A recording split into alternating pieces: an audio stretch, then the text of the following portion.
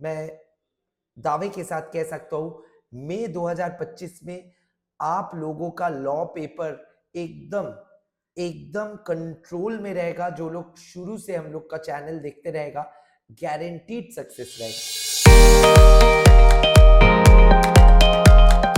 Hi guys, a very warm welcome to another session of CA law easy, जहां पे हम लोग आपका लाइफ इजी करते हैं।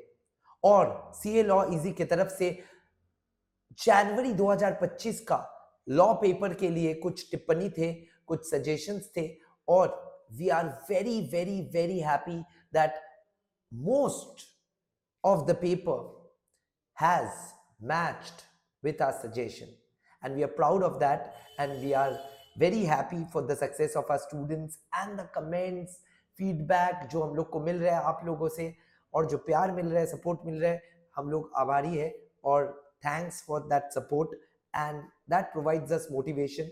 मैं लास्ट वीडियो में बोला, और मैं दावे के साथ कह सकता हूं मई 2025 में आप लोगों का लॉ पेपर एकदम एकदम कंट्रोल में रहेगा। जो लोग शुरू से हम लोग का चैनल देखते रहेगा, गारंटीड सक्सेस रहेगा। ओके, नाउ दिस वीडियो, आज का वीडियो में हम लोग सिर्फ और सिर्फ क्वेश्चन पेपर जो जैन 25 में आया है उसका क्वेश्चंस का डिस्कशंस करेंगे, ओवरव्यू करेंगे, नॉट हैंड रिटन, मतलब पूरा एकदम आंसर राइटिंग प्रैक्टिस नहीं करेंगे, बट ओवरव्यू में पूरा आंसर, पूरा पेपर को मैं रिव्यू करके सॉल्व कराऊंगा। सो आइए देखते हैं क्या आया था इस पेपर में। Okay, now this is Jain 2025 का लॉ पेपर, सब लोग देख पा रहे हो I hope. Now if I see the first question, law paper में पहला जो क्वेश्चन है that is always compulsory. Question 1A is compulsory. Question 1 में देयर आर, क्वेश्चन 1A में देयर आर 4 पार्ट्स। देखो, वो लोग पूछा है वैलिडिटी ऑफ एग्रीमेंट्स। पहला वाला पूछा है Mrs Priya pays a sum of 10,000 to a marriage bureau. Let me tell you, marriage bureau is not agreement suppose to public policy. Marriage bureau में कोई अगर इंफॉर्मेशन लेने के लिए पैसा दे रहा है, it's a valid contract, but marriage brokerage contracts are void because they are opposed to public policy. Okay, all right, class में भी मैं ये बोलते रहता हूँ। then 1A का पार्ट 2 बोल रहा है Bharat agrees with John to sell his white bull but unknown to both the parties white bull मर गया था, तो subject matter does not exist at the time of the contract, unknown to both parties, contract will be void and it's a bilateral mistake, ऐसे सोचो। Okay sir, okay, then बोला है Rishabh sells the goodwill of his shop to Omkar for 10 lakh रुपया and promises not to carry on such business within local limit so long as Omkar carries on like business. तो बोल दिया non compete agreement के लिए goodwill दिया है local limits में for indefinite period, तो ये अलाउड है, वैलिड है। Okay, a property worth 2 lakh was agreed to be sold for just 25,000 by a person of unsound mind. Value doesn't matter. Agreement can be valid even if consideration is insufficient. But यहाँ पे the point to be noted is unsound mind है, यानी कि the person is incompetent to enter into a valid contract, hence the contract is void. Okay, okay sir बताइए 1B1 एक, देखो तो हम लोग सेक्शन 8 कंपनीज पढ़े थे, सेक्शन 8 कंपनीज का ही पार्ट है। बोला है Harmony Foundation is newly incorporated company focused on promoting education health care services in rural areas, और बोला है the company is registered as section 8 company with a clear plan to reinvest all profits into activities and license central government दे दिया section 8 का licence, ठीक है। Financial year ending 2024 मार्च को 31 मार्च को कंपनी सब्सटैंशियल प्रॉफिट अर्न किया, और अर्न करने के बाद ट्रांसफर किया sum amount to MSLMP associates partnership firm and one member of the Harmony Foundation, ठीक है। तो subsequently on complaint of one of the members, CG ने अपॉर्चुनिटी ऑफ बीइंग हर्ट यानी कि नेचुरल जस्टिस मानते हुए, ठीक है, directed the company to be wound up on the ground that partnership firm cannot be a member of section 8 company, of course, and it cannot transfer any part of profit to the firm. तो यही ground पे जो किया है, तो आपको लिखना है ग्राउंड्स ऑफ एलएलपी, एलएलपी का मेंबर्स कौन बन सकता है, कौन नहीं बन सकता है, वो प्रोविजन लिखना है, और एलएलपी का एप्लीकेशन ऑफ प्रॉफिट्स लिखना है, फिर वाइंडिंग अप ये सफिशिएंट है कि नहीं। ऑल राइट, ये भी आसान सवाल था। तो क्वेश्चन 1 बहुत ही आसान था। क्वेश्चन 1 का बी का part 2 is a very tricky question, I tell you, but it is known to us, it is on companies act. बोल रहे हैं कि प्राइवेट लिमिटेड कंपनी में 9 डायरेक्टर्स है on it's board of director, which is valid, allowed, 15 director रह सकते हैं। The company's article currently state that quorum of the board meeting shall be 1/3। quorum लेके सवाल नहीं है, सवाल आगे जाके आर्टिकल्स का अमेंडमेंट लेके होगा, ट्विस्ट होगा। ओके, तो देखिए बोल रहे हैं कि quorum of the board meeting 1/3 होना चाहिए, or 2 whichever is higher। तो of course 3, क्योंकि 9 is the number of directors and 9 का 1/3 हो गया 3 या 2 whichever is higher। The company now intends to amend this article to specify quorum for board meetings shall be 1/3 of the total strength or 4 directors whichever is higher। तो company articles को amend करके करना चाहता है, advise the company on the procedure for including this entrenchment provision। so entrenchment provision कैसे include किया जाता है उसका प्रोविजन लिखना पड़ेगा clearly. and would your advice differ if the company were a public company? of course public company का quorum is set by companies act itself, whichever is higher। okay sir, ये हो गया। a minor at 1C admitted to the benefits of the partnership, minor को admit किया गया, is entitled to certain rights, minor का कुछ rights है, and may also have liabilities to third parties for the acts of the firm। discuss the rights and liabilities before attaining majority। minor का rights क्या है, accounts को देखना, rights to profits and other rights, but 3 rights है और 3 liabilities है, clearly लिख देना है, और डायरेक्ट क्वेश्चन है, कोई एप्लीकेशन नहीं है। ओके, क्वेश्चन 2 का ए का 1, एमएनओ लिमिटेड, मैं बता दूं ये भी क्या कंपनी है, सेल ऑफ गुड्स एक्ट का सवाल है। क्वेश्चन 2 का ए पूछा गया है, MNO limited a supplier of electronic components entered into a contract with PQR for sale of 1000 units of microchips. ठीक है ना, contract specifically identified microchips as by serial numbers, तो ये स्पेसिफिक असर्टेन गुड्स हो गया। Okay, all right sir, and confirm they were in a deliverable state, तो ascertained goods का यही क्राइटेरिया है। Stored in MNO's warehouse, contract stipulated that the goods would be delivered on September 1, अगस्त 1 में contract हुआ, सितंबर 1 में delivery है, और ascertain specific goods का है। अगस्त 10 को फ्लड हुआ, डैमेज हो गया warehouse and destroyed the entire stock of microchips including 1000 units intended for PQR limited. और बोला कि सेल ऑफ गुड्स एक्ट में ये लॉस कौन सफर करेगा? ऑफ कोर्स लॉस उसी को सफर होगा, बिकॉज यहाँ पे पीक्यूआर ने खरीद लिया, इलेक्ट्रॉनिक कंपोनेंट्स को खरीद के रख दिया और बोल दिया सितंबर 1 को डिलीवरी होगा। ठीक है, और तब तक अगर एमएनओ लिमिटेड ठीक से उसका देखभाल करके ड्यू डिलिजेंस के साथ रख दिया होगा तो रिस्क ट्रांसफर हो गया था। What will be your answer if the microchips are not specifically identified and marked for PQR at the time of contract? Then the goods are not appropriated. Then the risk will be of seller. MNO का risk रहेगा। Okay, तो पहला part में PQR का risk है, दूसरा part में MNO का रिस्क है। यानी कि पहला पार्ट के लिए बायर लायबल होगा, असर्टेन गुड्स के लिए, स्पेसिफिक गुड्स के लिए, अनअसर्टेन गुड्स के लिए property in goods do not pass unless they are appropriated for the contract. Okay, sale of goods act. Now question 2 का A का part 1 था ये, part 2, A purchases motorcycle from B and uses it for some time, खरीद के कुछ use किया, फिर it turns out motorcycle जो बी ने बेचा था ये चोरी का था, एंड राइटफुल ओनर जो रियल ओनर है वो उसको देना पड़ेगा. ए brings action against B for the return of the price. Will he succeed? Of course succeed होना चाहिए. Examine this with reference to provision of sale of goods act. In fact मैं बता दूं, if A को ये पता नहीं है, A innocent है, A doesn't know कि ये चोरी का मोटरसाइकिल है, गुड फेथ में खरीदा है, तो ये ट्रांसफर ऑफ टाइटल भी A का सही है.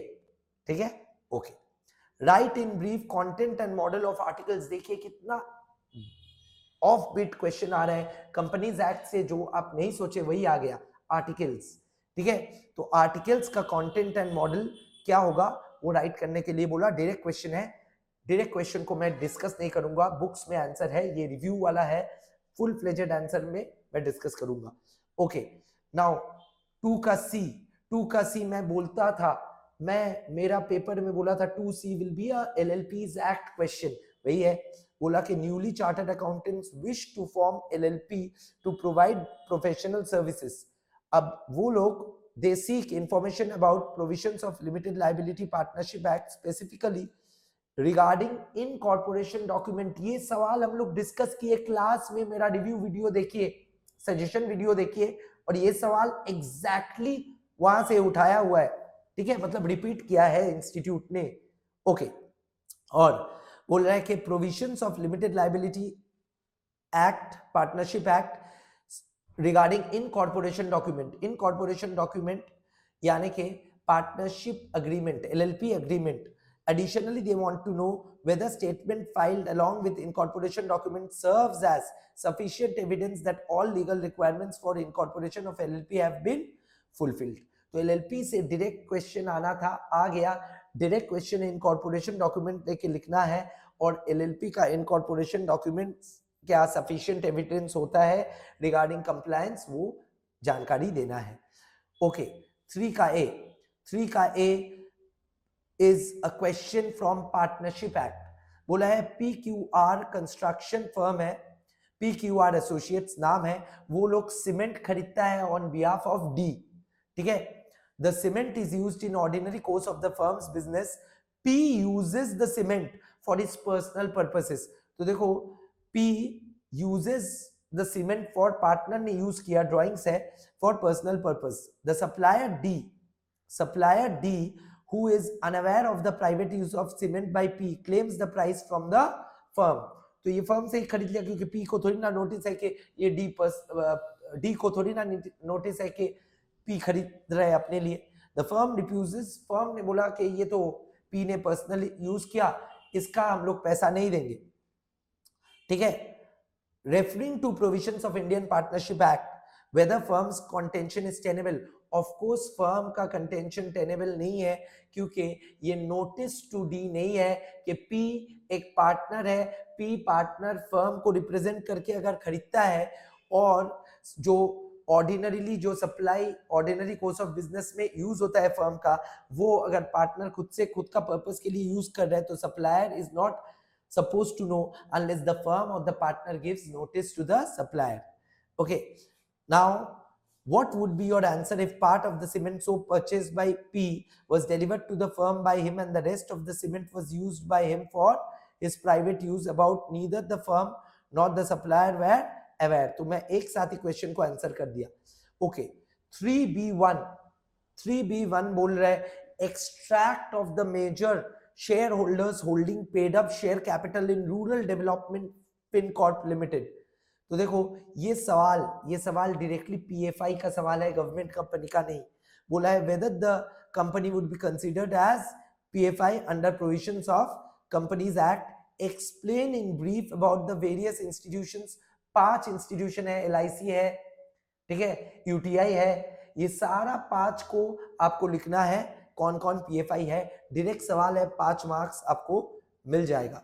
ओके, नाउ देखो whether it is mandatory to have common seal for company. ये हम लोग सवाल सजेशन क्लास में यूज किए थे, और मैं बोला था कॉमन सील कंपनी का रहना मैंडेटरी नहीं है, it is optional. Okay, LLP का भी सेम है. Okay, question 3C, what are the agreements which are held to be opposed to public policy? Any such 6 agreements. Champerty and maintenance, ठीक है, agreement monopolistic nature का, ठीक है, monopolistic and restrictive trade practices nature का agreements, ठीक है, agreements in restraint of trade, agreements in restraint of marriage, ठीक है, ट्रेडिंग विथ एनिमी, ठीक है, और agreement for sale of public offices. 6 direct answer दे के एक एक लाइन एक्सप्लेन करना है, 6 out of 6 direct full toss वाला क्वेश्चन। ओके 4A बोल रहे A B and C joint promisee वाला सवाल है इंडियन कॉन्ट्रैक्ट 1 से। देखिए मार्क्स डिस्ट्रीब्यूशन जो जो मैं बोला था वो भी सारा मिल गया, हूबहू मिल गया। देखो 4A is a question from Indian contract act, जहां पे बोला है कि A B C jointly promise किया है डी को 6000 देगा। Can D compel any of the 3 parties ABC to pay him 6000? The answer is yes. Yes, provisions of joint promisor. C is compelled to pay the whole amount to D. Can he recover anything from A and B when both A and B were solvents? Of course, वो 2-2000 A and B से मांग लेगा। C अगर D को अकेला 6000 दे दिया, और A अगर पैसा नहीं दे पाएगा वो 3000 मांग लेगा B से। क्लियर है? Okay sir, question 4B, what are the rules governing compensation payable in the event of dishonour? Direct सवाल है, बुक में लिखा हुआ है, डायरेक्ट क्वेश्चन है। देखो एनआई एक्ट से ज्यादा डायरेक्ट सवाल आता है, मैं बोला था सजेशन क्लास में, वही आ गया। ओके और मैं ये एग्जैक्ट टॉपिक बोला था, डिसऑनर ऑफ नेगोशिएबल इंस्ट्रूमेंट, मिल गया है। Once again question 4B is matching with my suggestion. Okay what are the rules governing the compensation payable in event of dishonour of negotiable instrument? Dishonour होने से क्या क्या compensation मिलता है वो लिखना पड़ेगा। ओके फिर देखिए ये भी डायरेक्ट सवाल है, मैं बोला था question 4C is directly from Indian regulatory framework, ठीक है। बोल रहा है कि सीए परस्यू कर रहे हैं Ashok and Vimal and discuss कर रहे हैं structure of Indian judicial system. तो पूरा जुडिशियल सिस्टम का स्ट्रक्चर को ब्रीफली लिखना है, डिस्क्रिप्टिव सवाल है। Okay question 5A1 is directly सोगा, वहां पे बोल रहे हैं कि इंस्टीट्यूट ऑफ साइंस पुणे ने ऑर्डर किया वेरियस केमिकल्स, 1.5 लाख रुपया सप्लायर ऑफ दिल्ली से, ठीक है। बायर फुल एडवांस पेमेंट कर दिया, इंस्टीट्यूट ऑफ साइंस पुणे ने फुल एडवांस पेमेंट कर दिया दिल्ली को। सेलर ने डिस्पैच कर लिया कंसाइनमेंट कुरियर, ठीक है, खुद का चॉइस से, without reserving right of disposal over goods. Consignment transit में लॉस हो गया। तो मैं बता दूं, and now buyer seeks a refund. ये रेफरेंस आपको मिलेगा। मैं बता दूं, गुड्स जब डिस्पैच हो जाता है, तब गुड्स का जो ओनरशिप है बायर को ट्रांसफर हो जाता है। बट यहां पे डिस्पैच, ठीक है, सेलर ने डिस्पैच किया with the courier of his own choice but without reserving any right of disposal, यानी कि ट्रांसफर कर दे रहे, ठीक है। प्रॉपर्टी इन गुड्स अगर ट्रांसफर हो जाता है तो तब risk passes to buyer. Okay Adarsh visited an authorized car showroom and purchased a car of his choice without conducting detailed inspection. Buyer ने डिटेल्ड इंस्पेक्शन की ही नहीं, ठीक है। After making payment and taking delivery, he discovered defect in the engine that could not have been detected even with reasonable inspection. ये line important है। Okay, with reference to provision, can Adarsh invoke the implied condition of merchantability and repudiate the contract? Of course, ठीक है ना। And B1 बोल रहा है कि explain the following terms Indian partnership act से। दूसरा सवाल है partner by holding out. Of course partner by holding out कौन होता है? जो पार्टनर बाय एस्टॉपल बोलते हैं हम लोग, एंड नॉमिनल पार्टनर, ये दो टर्म को डिस्क्राइब करना पड़ेगा। और फिर डिसोल्यूशन म्यूचुअल एग्रीमेंट से हो सकता है with consent of majority partners, while compulsory dissolution requires N order of the court. तो कंपलसरी डिसोल्यूशन कब कब होगा और विदाउट ऑर्डर ऑफ कोर्ट कैसे होता है, ये पूरा डिसोल्यूशन का डायरेक्ट सवाल है। ये भी मेरा सजेशन से मैच कर रहा है। Okay question 5C Indian contract act में अनड्यू इन्फ्लुएंस क्या होता है पूछ रहे हैं। अनड्यू इन्फ्लुएंस का पूरा लिखना पड़ेगा कि position to dominate the will कैसे क्रिएट होता है, और position other ingredients of undue influence देना पड़ेगा, जैसे कि proximity of relationship, close relation and, ठीक है, अदर चीजें। The object must be there to take undue advantage. फिर lastly when a party is deemed to be in position to dominate the will of the another, कब कब होता है dominate the will, ठीक है, clear and apparent relationship, master servant, and वो सारे points एक साथ लिखना है। Okay, unconscionable transaction etcetera etcetera. Okay, 6A1 क्या बोल रहा है? 6A1 बोल रहा है कि डायरेक्टली एनआई एक्ट से सवाल है, इनडायरेक्ट सवाल है। मैं बता दूं, ये referring to provisions decide with whether Anjali is liable to honour promissory note to Manish, ठीक है। और ये क्वेश्चन एनआई एक्ट से कितने मार्क्स का है? 4 मार्क्स का है। और नेक्स्ट क्वेश्चन एनआई मार्क्स से 3 मार्क्स का है। मैं बोल दिया था 7 मार्क्स क्वेश्चन 6 में एनआई एक्ट से आने वाला है, और देखो मैच कर गया, ठीक है। एंड लास्टली क्वेश्चन बी और सी में ऑप्शन दे दिया इंडियन कॉन्ट्रैक्ट एक्ट। अच्छा, ये एनआई एक्ट वाला सवाल का आंसर आप कब देंगे? एनआई एक्ट का मैं एक स्पेशल फ्री क्लास कराऊंगा इस बैच के लिए, तो उसमें मैं रखूंगा ये सवाल। Okay, alright. तो सर ये वाला बताइए, ये वाला क्वेश्चन 6B और C, देखो सब एजेंट का पॉइंट कॉन्ट्रैक्ट एक्ट से है। और एजेंट, मैं बोला था agent is very important agency contract, और ये भी सजेशन मिल गया है इस बार हम लोग का सजेशन के साथ क्वेश्चन पेपर में। और मैं बता दूं, agents authority in an act emergency हूबहू डायरेक्ट क्वेश्चन है, कोई इनडायरेक्ट नहीं है। और सब एजेंट एंड सब्स्टिट्यूटेड एजेंट का भी डायरेक्ट क्वेश्चन है, बुक से देख लेना, 6 पॉइंट्स पूरा हूबहू मैच करेगा। Okay, what are the rights of a buyer? once again this question has matched with our suggestion, मिला लीजिए video.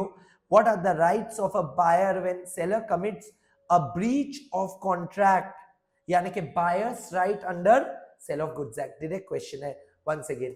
So without any further ado, I am stopping this video, and ये video stop करने से पहले, record बंद करने से पहले, once again important CTA, अगर आपने मेरा सजेशन वीडियो देखे हो एंड उसके बाद ये वीडियो देख रहे हो, आपको पता रहेगा कि मैं झूठ नहीं बोल रहा हूं।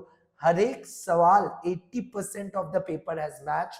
This time the law paper is easy, a little lengthy as usual, and next time law paper tough हो सकता है, इससे इजी तो नहीं बनेगा, ठीक है। Let us give our best effort for May 2025, जिसके लिए हम लोग का अनाउंसमेंट है। हम लोग फ्री में यूट्यूब में सारा क्लासेस कराने वाले हैं। Let us make your lives easy with CA law easy.